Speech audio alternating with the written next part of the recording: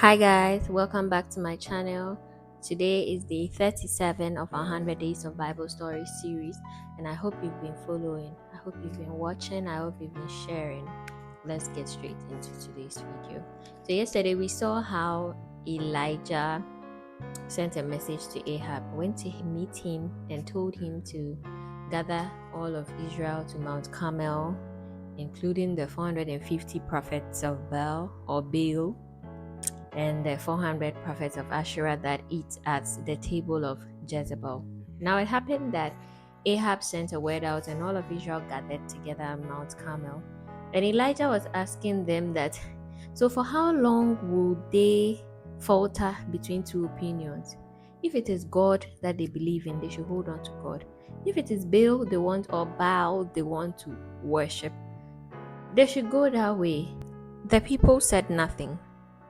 Then Elijah said, I am the only prophet of the Lord alive now, but the prophets of Baal are 450. Now, I don't know why Elijah thought he was the only prophet that was alive, because there were 100 prophets that were hidden by Obadiah, and so 100 other prophets were alive. So I don't know why he was thinking that he was the only one. Anyway, so he instructed that they be given two bulls. Let the prophets of Baal choose one, cut it, and lay it upon their wood. Set no fire under it. He will take the other one and do same, and set no fire under it. So they should call on their god Baal, and he will call on his god, and see which of them responds. So they did so, and they called on the name of Baal. Yeah, so we are calling on you. Send fire under this offering. They did that from morning till noon. Nothing was happening. Then they started jumping from noon. Elijah was just mocking them. He was mocking them, and he said, he's a god. Oh, maybe he's meditating, or he's busy, or perhaps he's asleep. Oh, so the prophets of Baal, they cried out even louder. They cut themselves with knives, Ebe, so that the blood gushed out on them. They prophesied till it was past midday. Nothing was happening, no answer, no voice, no response. And the people were there. So Elijah called the people, come near to me. And then he went to the altar of the Lord that had been destroyed and put it together. So he took 12 stones, signifying each stone signifying the tribe of Israel, right? So he put it together, built an altar in the name of the Lord, and he created a trench around the altar large enough to hold 2 seahs of seed. He put the wood in place, like he arranged the wood, cut the bowl in pieces, laid it on it, and instructed that 4 water pots of water be poured on the burnt sacrifice and the wood.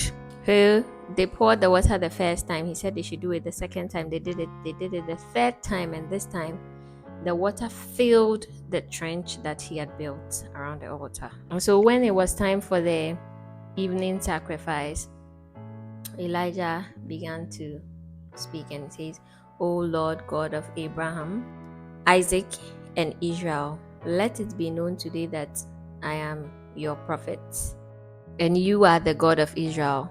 And all these things that I am doing, I have done because you have commanded or sent me. He asked the Lord to hear him and do as he's crying out, so that the people will hear and their hearts will be turned back to the Lord. And fire fell and consumed the sacrifice, the wood, the altar, licked up all the water that was in the trench. And when the people saw this, they fell and bowed down and shouted together that indeed the Lord is God, indeed the Lord, he is God. Then he turned to the prophets of Baal and instructed and shouted that they be seized, seize all of them, not even one of them should escape. And Elisha brought them down to the brook Kishon and executed them there.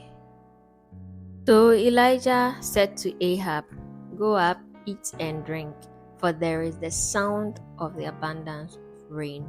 So Ahab went up to eat, and Elijah returned to the top of Mount Carmel. He sat down and put his head between his knees and said to his servant, "Go up now and look towards the sea." The servant went and came back and said, "There is nothing." So this happened 7 times. Hey, imagine you are with your master and your master keeps saying, "Go up now, go and check." You go, nothing. Go and check, nothing. Go and check, nothing. 7 times. Now it came to pass that the 7th time he saw something and said, "There is a cloud. It looks small, like the hand of a man, rising out of the sea." So he said to Ahab, "Go now, get into your chariot and start going back home before this rain will trap you." So now it happened that the sky had darkened, the clouds, the dark clouds, like threatening to rain, and the wind was ghastly and everything. And Ahab went into his chariot to ride and return to Jezreel. I guess another supernatural thing that happened.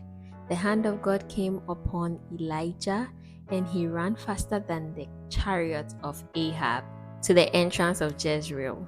Is that not amazing? So that's how the drought ended. So you see, Elijah obeyed the instruction of the Lord to return and present himself to Ahab, and the drought will end. There will be rain, right? And it happened. Then Elijah too prayed, and the Lord sent forth rain. There's nothing too hard for the Lord. Just hold on to Him. If you've enjoyed today's story, I'm hoping to see you again tomorrow in my next one. Bye.